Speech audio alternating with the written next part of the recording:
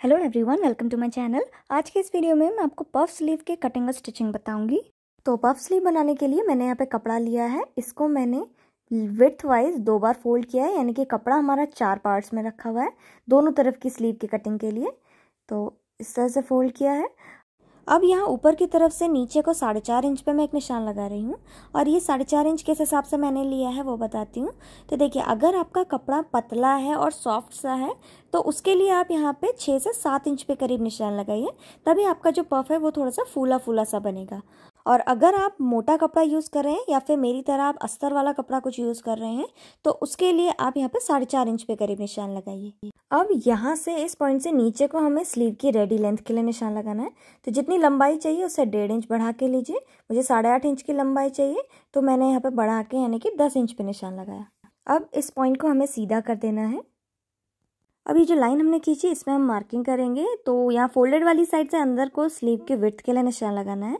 तो जितनी भी आपने अपनी कुर्ती या फिर ब्लाउज में आर्म होल की लेंथ ली थी उससे 1 इंच बढ़ा के यहाँ पे लेना है। तो मैं आर्म होल की लेंथ अपने ब्लाउज में ली है मैंने यहाँ पर 6.5 इंच की, तो 1 इंच बढ़ा के यानी कि 7.5 इंच पे मैं निशान लगा रही हूँ।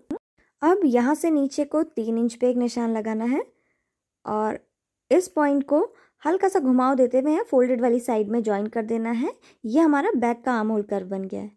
अब आधा इंच का नीचे को करते हुए हमें इसका फ्रंट का आर्म होल कर्व भी बना लेना है। अब यहाँ पे राउंड आर्म के लिए मैं निशान लगा रही हूँ, तो 5.5 इंच पे मैं यहाँ पे निशान लगा रही हूँ और इसको ऊपर हमें सीधी लाइन से ज्वाइन कर देना है। साथ ही साथ नीचे के हिस्से को हम ऐसे बाहर को कर देंगे। उसके बाद यहाँ पे साइड में 1.5 इंच का सिलाई मार्जिन ले लेना है हमने, और इसको भी मैं यहाँ पे सीधा कर ले रही हूँ। अब ये जो हमारा बैक का आर्म होल कर्व है इसको हमें इंच टेप से इस तरह से मेजर कर लेना है, और मेजर करने के बाद जितना भी आएगा उसको बिल्कुल बीचों बीच फोल्ड कर देंगे और इसके बीच पे निशान लगा लेंगे।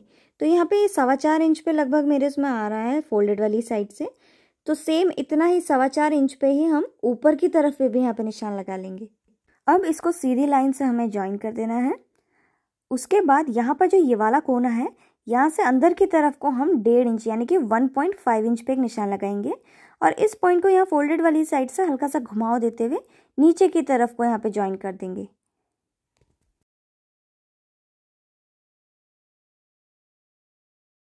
तो मार्किंग यहाँ पे कंप्लीट हो चुकी है। अब हमें कटिंग करनी है। तो यहाँ पर ध्यान रहे कि हम जो पहले कटिंग करेंगे वो बैक वाले आर्म होल करके कटिंग करेंगे, फ्रंट को नहीं कट करना है।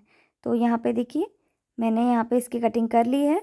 अब इसके दोनों पार्ट्स को हम ओपन करते हुए यहाँ पे रखेंगे, और ओपन करने के बाद अब हम यहाँ पे फ्रंट आर्म होल करके कटिंग करेंगे। दोनों तरफ की स्लीव की कटिंग यहाँ पे पूरी हो चुकी है। अब यहाँ पर हमें कट लगाना है। तो जहाँ पर हमारा आर्म होल का सेंटर था वहाँ पे अब हम एक छोटा सा कट लगा लेंगे ताकि प्लीट्स डालने में आसानी हो। तो यहाँ पे मैंने कट लगा लिया है। सेम इसी तरह से मैं मेन फैब्रिक में भी कट कर लूँगी। तो देखिए मैंने मेन फैब्रिक भी यहाँ पे कट कर लिया है और अस्तर के साथ उसको स्टिच कर लिया है पहले ही। अब यहाँ पर जो 2 कट्स हमने यहाँ पे साइड में लगाए थे, इन 2 कट्स के बीच में हमें यहाँ पे प्लीट्स डालनी है। तो प्लीट्स डालना जो हम स्टार्ट करेंगे वो करेंगे यहाँ सेंटर से। तो सेंटर पर मैंने एक मार्क कर लिया है। अब इस सेंटर के दोनों तरफ पे हमें छोटी छोटी सी प्लीट्स डालनी है सेंटर की ओर को मुंह करते हुए। तो नज़दीक से दिखा देती हूँ मैं। तो देखिए एक प्लीट डाली, पिन से अटैच कर लिया। इसी तरह से छोटी छोटी सी 4 से 5 प्लीट्स करीब हमारी यहाँ पे आ जाएंगी।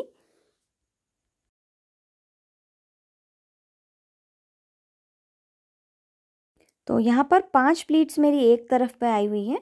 अब सेम इसी तरह से इस सेंटर पॉइंट के दूसरी तरफ पे भी हमें प्लीट्स डालनी है, और ध्यान रहे प्लीट्स का जो मुंह है वो सेंटर की तरफ को हो।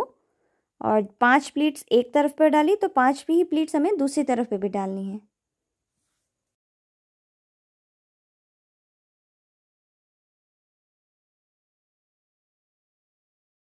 तो यहाँ पर देखिए सभी प्लीट्स मैंने डाल दी है, और अब यहाँ पर हमें इसको स्टिच कर लेना है। तो ये देखिए इस तरह से सेंटर की तरफ पे सारी प्लीट्स का मुंह होना चाहिए। तो अब मैं इसको यहाँ पे स्टिच कर लूँगी।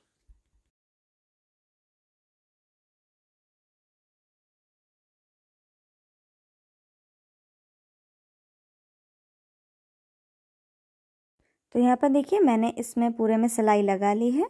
अब हमें ये स्लीव का जो बॉटम वाला हिस्सा है राउंड आर्म वाला, इसको डबल फोल्ड करके सिलाई लगानी है। अब यहाँ पे देख सकते हैं इसका जो पफ है यहाँ पे मैंने सिलाई लगा ली और इसके बॉटम को भी डबल फोल्ड कर दिया है। अब इसको हमें अपने ब्लाउज़ या फिर कुर्ती में अटैच करना है।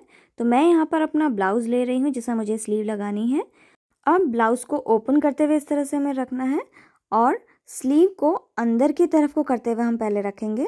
ध्यान रहे दोनों की सीधी तरह एक दूसरे की मुँह करते हुए होनी चाहिए और स्लीव का जो फ्रंट आर्म होल कर्व है वो कुर्ती के फ्रंट आर्म होल कर्व के साथ ज्वाइन होना चाहिए और back arm hole curve back arm hole curve के साथ ज्वाइन होना चाहिए। अब ये पफ स्लीव का जो सेंटर है हमें इसको पहले मार्क कर लेना है। तो सेंटर पे निशान लगा लिया।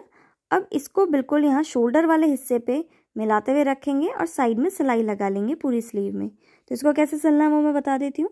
तो देखिए ये शोल्डर का जॉइंट है और यहाँ पर ये स्लीव का मिड पॉइंट है। तो इन दोनों को इस तरह से हम मिलाते हुए यहाँ पे रखेंगे और इसको मैं यहाँ पे पहले पिन से सिक्योर कर ले रही हूँ। अब यहाँ पे हमें इसकी दोनों तरफ पे सेंटर से लेते हुए सिलाई लगा लेनी है और यहाँ पे आप देख सकते हैं स्लीव बिल्कुल बराबर फिट आ रही है यहाँ पे। तो इसी तरह से हमें इसमें सिलाई लगा लेनी है एक तरफ पे।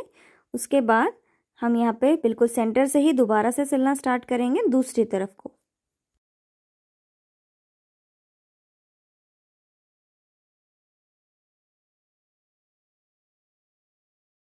तो यहाँ पे देख सकते हैं मैंने इसकी स्लीव में सिलाई यहाँ पे लगा दी है और सीधी तरफ को पलटने के बाद यहाँ पे ये कुछ इस तरह से दिखेगा। पफ बन के यहाँ पे हमारा रेडी हो चुका है। सेम इसी तरह से हमें दोनों तरफ की स्लीव्स बना लेनी है और स्लीव्स स्टिच करने के बाद यहाँ पे स्लीव से मिलाते हुए नीचे तक अपनी फिटिंग की सिलाई लगा लेनी है।